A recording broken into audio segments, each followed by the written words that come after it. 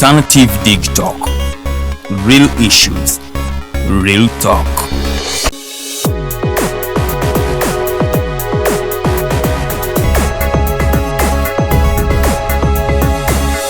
The Alternative Dig Talk. Real issues, real talk.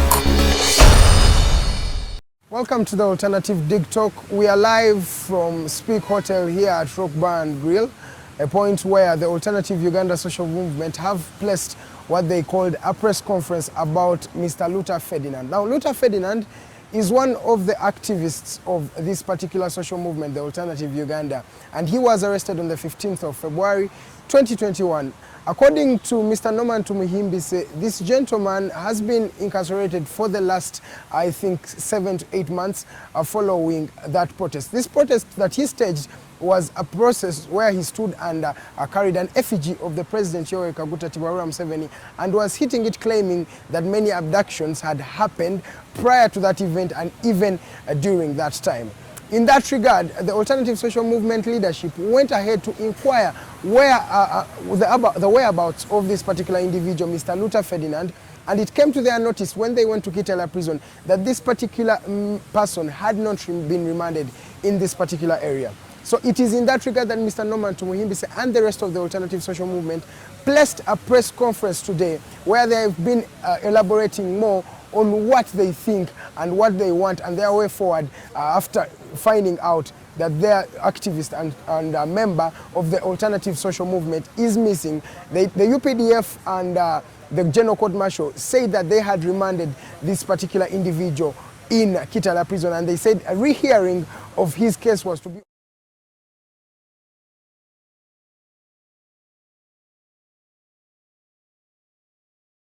on the 12th of this particular month. 9 days down the road, nothing is known on the whereabouts of Mr. Luta Ferdinand. In his remarks, he said that they want to know, is their member alive? What is he doing at this time? And the way forward for his family. The wife, Gloria, is out of the country following these threats, and it is in this regard that we're going to cross over to Mr. Norman Tumuhimbise and show you what he had to say about this particular topic. My name is Edgar. Let's cross over to Mr. Norman Tumuhimbise. We are addressing the public and the world in regards to missing Luta Ferdinand, one of us. So the press statement is going to be addressed by the National Coordinator of the Alternative Social Movement, and is none other than Norman Tumuhimbise. I am Mokose Arnold Anthony, Media and Communications Coordinator of the movement. In the middle is the National Coordinator of the movement, Norman Tumuhimbise, and Legal Coordinator, Kato Tumusime. So allow me now pass over the microphone to the National Coordinator to address us. It's going to be in two versions, English and Luganda. So then later on, we shall have questions that still will be addressed by the National Coordinator. You are most welcome. Thank you. I salute you all the media houses here in present. My name is Norman Tumuhimbise, and I happen to coordinate the Alternative Social Movement. As you may be aware, as per our banner behind us, one of us, one Luta Ferdinand, was arrested on the 15th February 2021 with an effigy of the president of this country in a demonstration which was peaceful, that was against the kidnaps of young people and definitely other persecutions. Luta Ferdinand was demonstrating on Entebbe Road, as you can see behind us on that banner. Upon arrest, the military police picked him from CPS, hid him in Makindye barracks. It took a while for our lawyer, our lead counsel, Aaron Chiza, and others to get in touch with the military police on whether or not they would try him. As proven with Council Aaron's letter, which we shall give the press and the rest of the nation, complaining, let alone UPDF through Colonel Keith Katunji, the commandant of military police, replied to the court that the person we are talking about, Luta Ferdinand, had been tried in UDC, that's Unit Disciplinary Committee in Makindye Barracks, and subsequently remanded in Kitalya Prison. This letter by Colonel Keith Katunji was written on 26th. So you imagine an activist is arrested on 15th, remanded on 26th. What is funny though is that on the charge sheet they attached onto this letter shows that Luta Ferdinand had been arrested at Chibuye roundabout. The concocted story by Colonel Katunji and others and other liars is that Luta had been arrested in possession of government stores. In law, I mean, to them that he had a red beret. The purpose for which we are here on behalf of the family, which isn't around because the wife, as we speak, is out of the country because of the threats. The wife is Gloria Ahawe, is out of the country because of the threats, as we shall communicate to all of us. So these liars arrested, rather picked Luta Ferdinand from CPS, hid him in Makindye Barracks, later alone produced him to court with a concocted story or charges that he had been arrested in possession of a beret and remanded to Kitalya Prison. Counsel Aaron has tried his best with the rest of the lawyers to seek the General Court Martial's redress in regards to Ferdinand's trial, but in vain. What shocks us is that they've been giving us hearing dates, which they have been bouncing. Every when they give us a hearing date, they always get excuses. To our shock, one of us, by the names of Muchibi Abu Beka, visited Kitalya Prison last week on 13th October. And this is what could be found, that the suspect or our member Luta Ferdinand is not there. He's not in Kitalya Prison, where Colonel Katunji says the gentleman had been remanded to.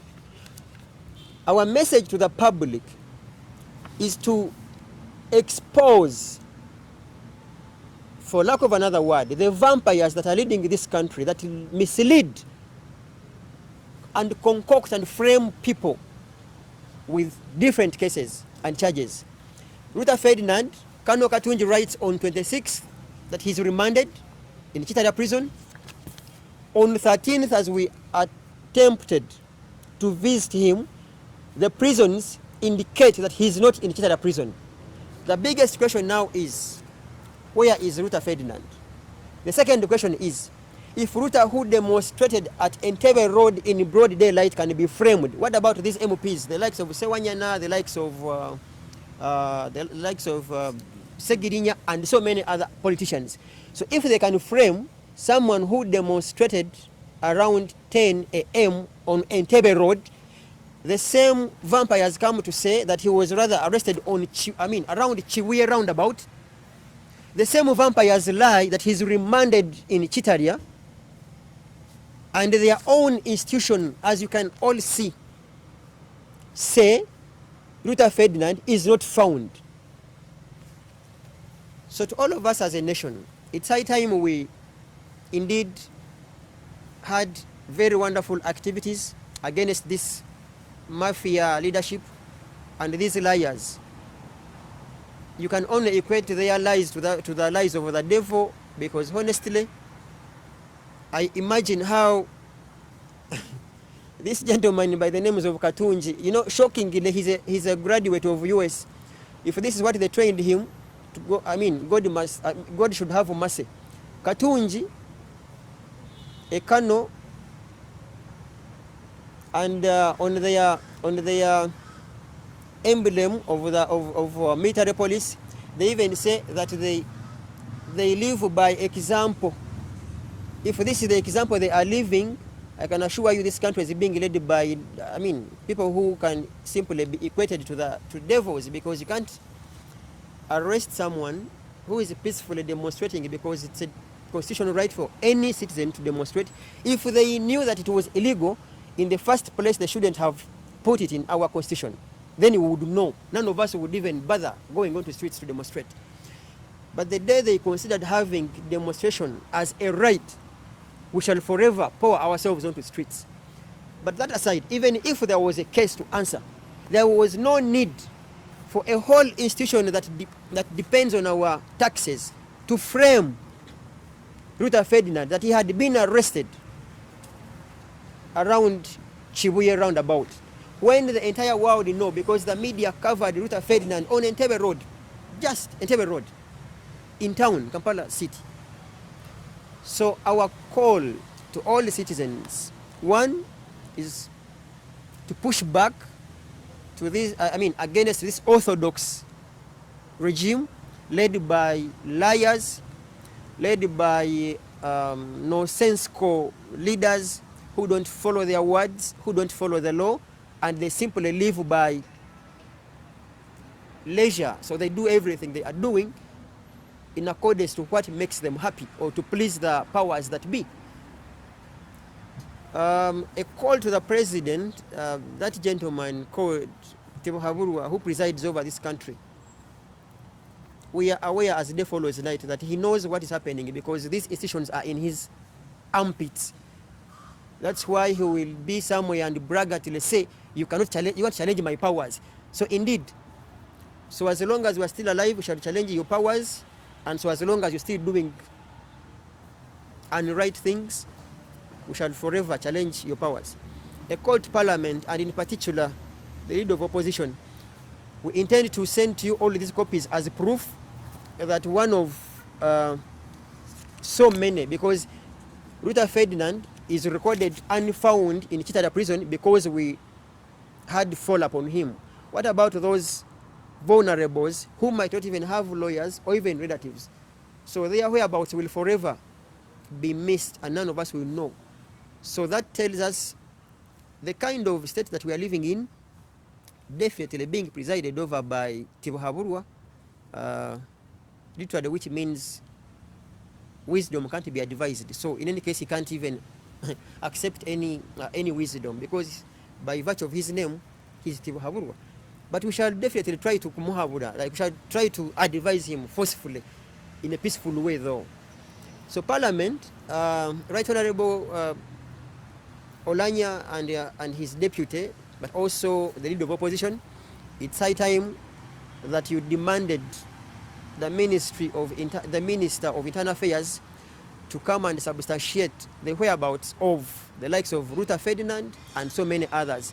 Definitely, rumors say that they pick dead bodies of young people, of young activists from Kitalya, because we had a very wonderful engagement with the person who tried to look for Luta Ferdinand and ended up giving us this receipt, which can't be challenged, and the spokesperson of prisons can go ahead and substantiate on the same matter. It is receipted 232. It's in the records of Kitalya prison,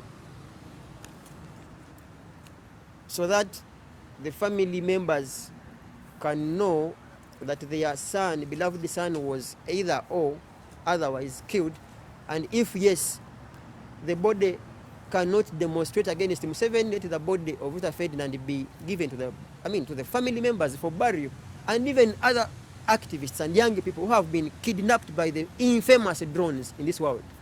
So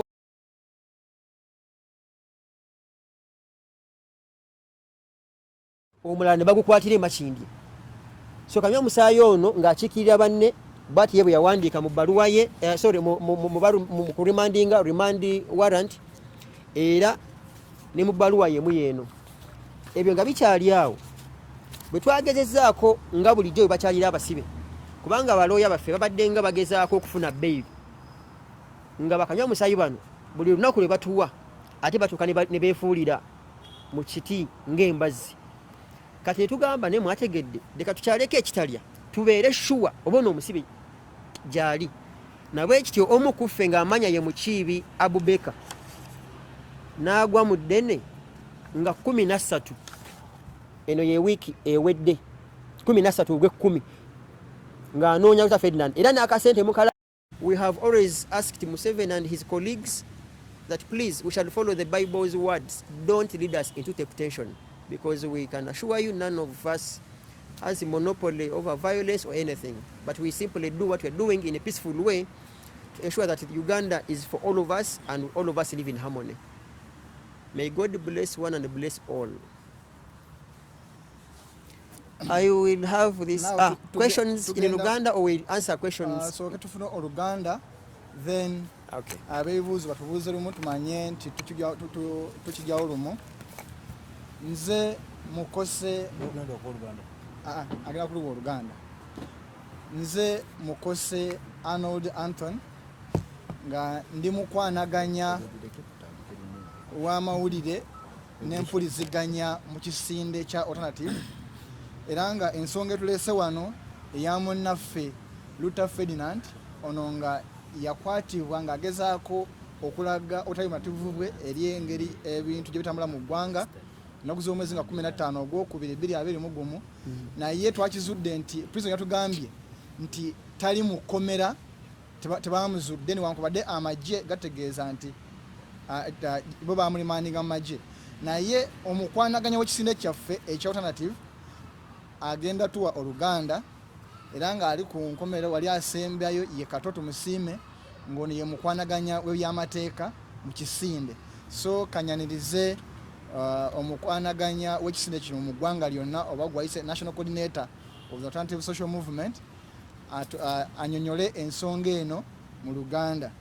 Sebo nyonyola eggwanga n'ensi yonna waawe mutuuse na kiki tuleese wano olwaleero. Abalyanaka mbalamusizzaako bannaffe bannayuganda abatulaba n'abagenda otuwuliriza ku mikutu egy'enjawulo egya rediyo n'egya terefayina. Ekituleese wano nno olwaleero mawulire si malungi, naye era nga webadde nga bulijjo nti waliwo ebitatambula bulungi mu ggwanga lino, naye ebiseera ebisinga ngaffe ab'ekisinde kya The Alternative tuteera nnyo okwagala okujja eri ensi nga tulina obujulizi obulabwako n'omuto nga ne muzibe bwabukwatako bw'ati ategeera nti buno obujulizi bwewo bwennyini. Nabwe ekityo tuze nga okutegeeza eggwanga ku bikwata kw'omu ku ffe ng'amanya ye Luta Ferdinand. Luta Ferdinand nga bwe mulaba emabega waffe mu bbaana eyo yakwatibwa nga 15 ogwokubiri guno omwaka. Omwami ono yali akola emirimu emitongole era gye mutumiddwa conscious oba obwongo bwe okusinziira bw'abalabye embeera y'ebintu nga tebitambula bulungi. Nabwe kityo akageri ke waaliwo ekiwamba abantu naddala nnyo abavubuka ne yeevaamu n'agamba nti kayeyiwe ku kkubo alage bwe tali bumativu n'akazindaalo n'ekidde. Yalaba nga tebimumala n'agirako n'akakookolo nga keefaananyiriza tibuhabulwa atwala eggwanga lino.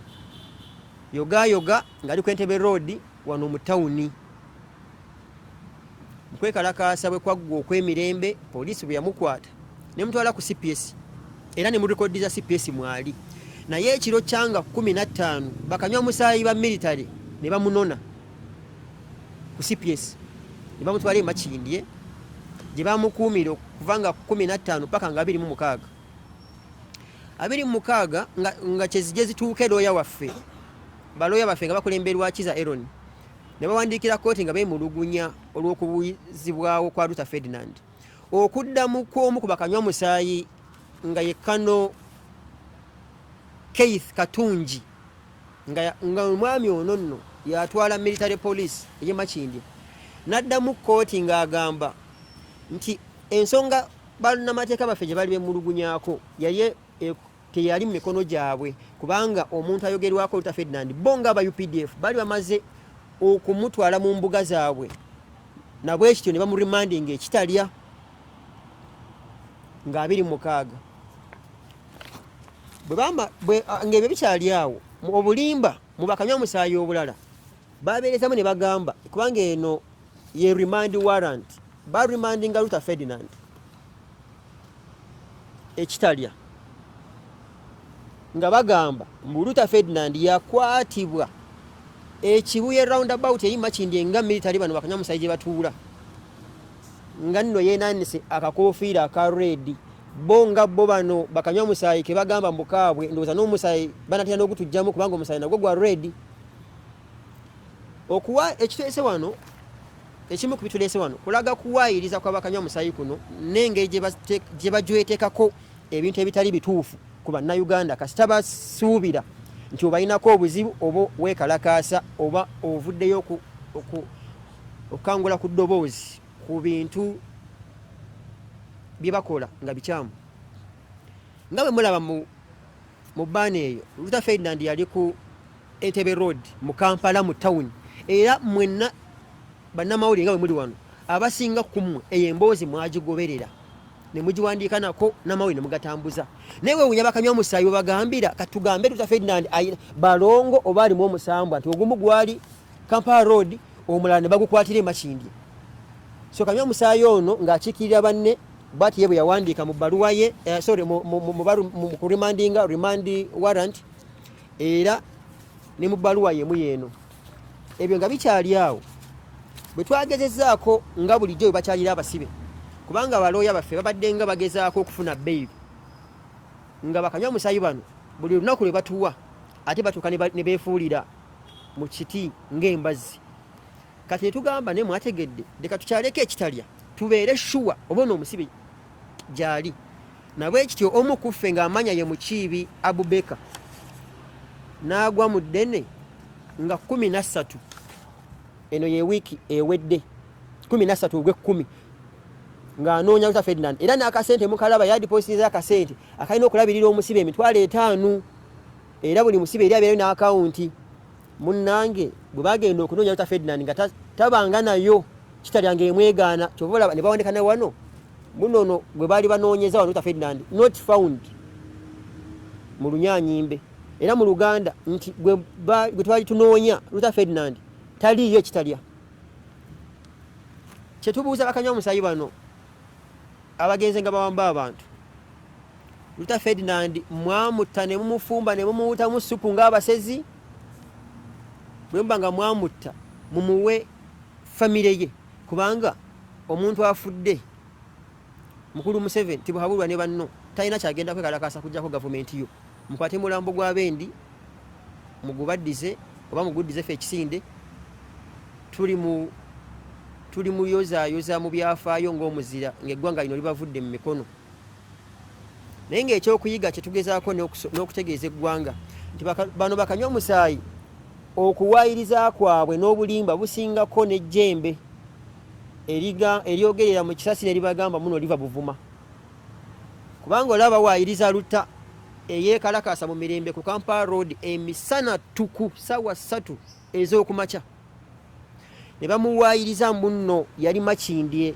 ku roundabout ekibuye yaabaffe olwo Basewanyana Honorable Sewanyana ne Basegirinyana abalala abataliiko kimanyiddwa kiryawo kya nkukunala n'abantu abalala mugamba bwe emisango si migiweteeke nga bino era tugenda kukomawa kitegeeza tulina okulya kamanye ng'akoza n'owebbwa tesaawa yonna bano bakanywamusaayi bayinza n'okuwaayiriza ne bagamba mbuweetaba mu butemu bwa Kennedy gwe bata mu Gyenkaaga kubanga we batuuse tebalimba baweweeta mpisi kundi nga tumaliriza tusaba bekikwatako nga parliament twasemba okulaba nga opposition ng'etadde baminisita ku nninga baleeta amanya g'abaana abakawambibwa n'abasibiddwa mu luuyi lwe lumu sipiika Olanyane n'amumyuka n'abalala bekikwatako twandyagadde okutegeezebwa Luta Ferdinand waasangibwa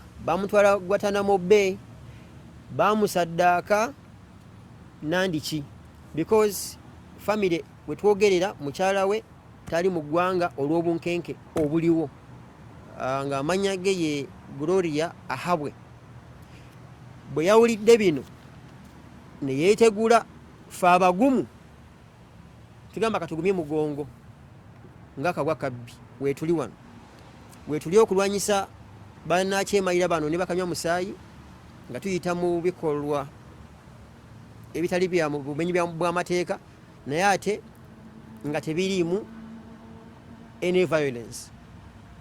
Nabwe kityo tusaba leader of opposition asitukiremu era baddemu bakomyewo lisiti y'abaana abawambiddwa oba abattiddwa oba abasaddayakibwa bakanywa musaayi bano, era n'ekirala n'abalamuzi y'abalusufa n'abalala ab'emitwe bwe gityo nti ye musajja wattu bwe yali awandika bino ebintu nga bawaayiriza Ferdinand yadde waka n'abaana ne bamwaniriza ne bamukulisaayo nti najeebale gyali akoze ku olwo egy'okuwaayiriza, era nga bakyawaayiriza bangi, era bannayuganda temweyibaala. Leero lwa Ferdinand luli lwange, lulala lwa Sewanyana ne Segirinya n'abalala, enkya lujja kuba lulwo. Nabwe ekityo musitukiremu ng'eyatega ogw'ekyayi.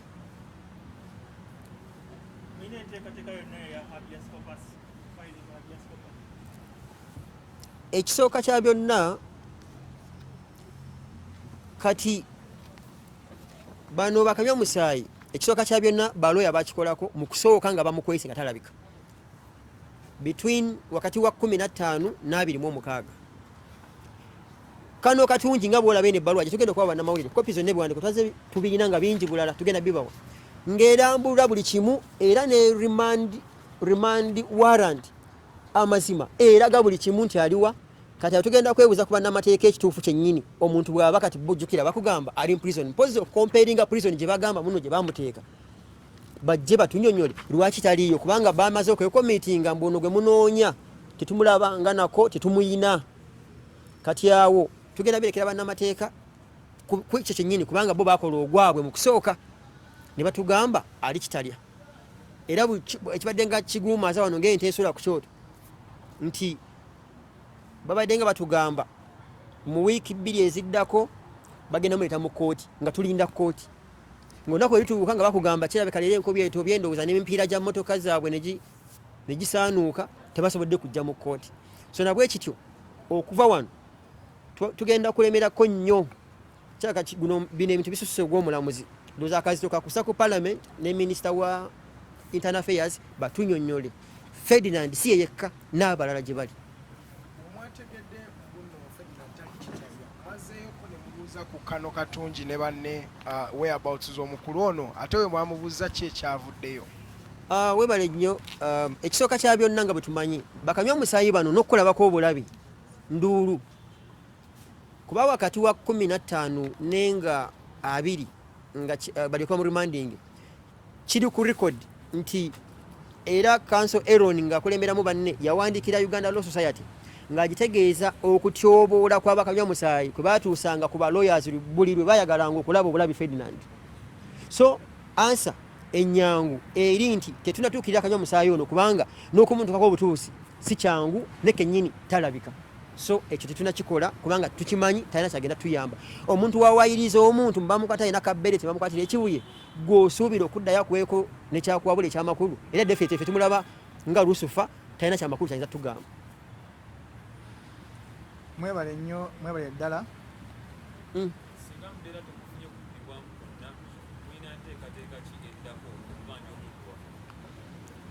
Ekisooka kya byonna akageri ke tukkiririza mu butali bumenyi bw'amateeka oba anything violent, tuyina petition gye tukolako gye tugenda okusindika mu parliament, in particular nga ya speaker n'endala nga ya leader of opposition bademere ku minisita w'ensonga z'omunda ajja nnyonnyole ku kino. Enteekateeka ey'okubiri tutandise okuzuukusa naffe ejje lyaffe mu bitundu eby'enjawulo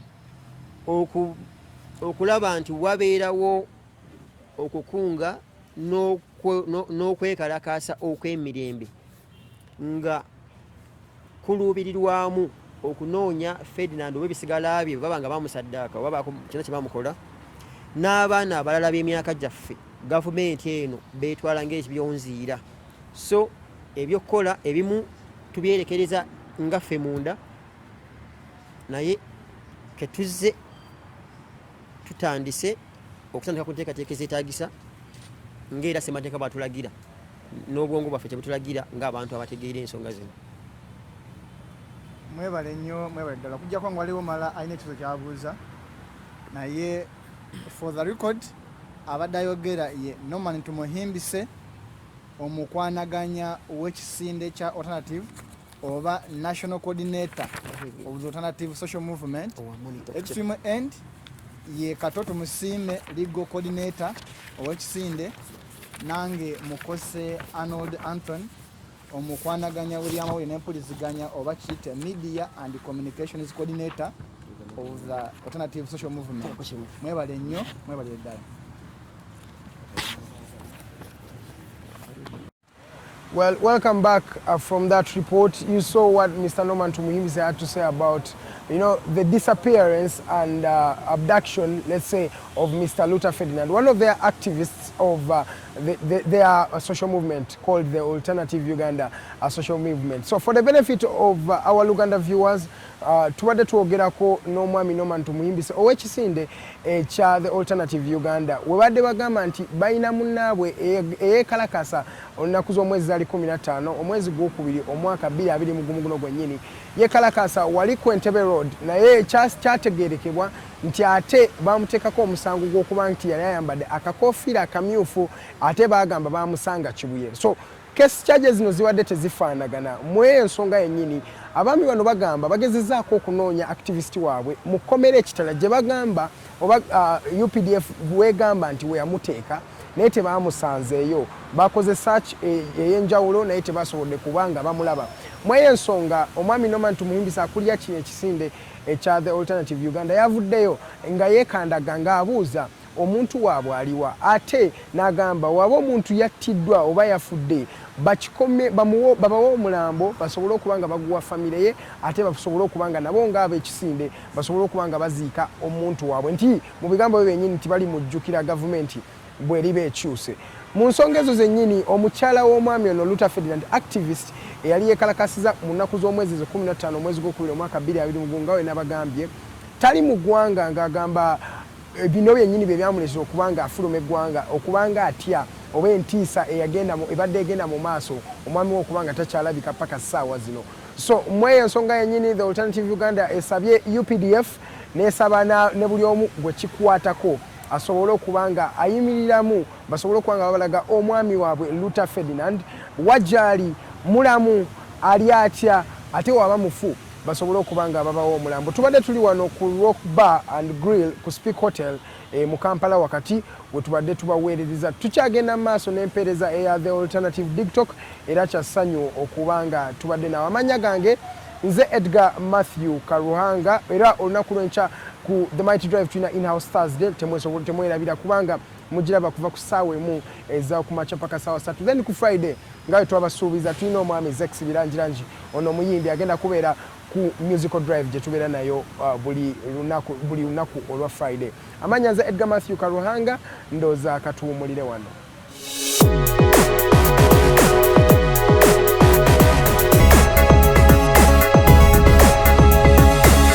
The Alternative Diktok.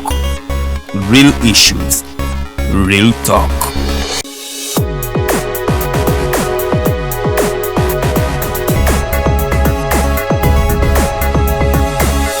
The Alternative Diktok. Real issues, real talk.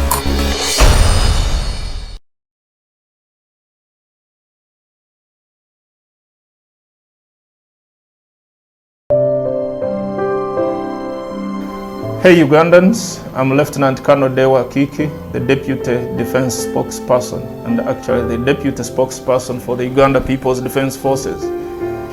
I was hosted on Alternative Diktok. I encourage all Ugandans that this is the way to go. Always watch, participate, give your views and ask questions on Alternative Diktok. Diktok, the way to go.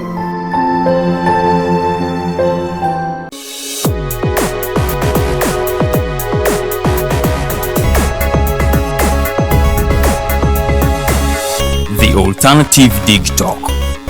Real issues, real talk.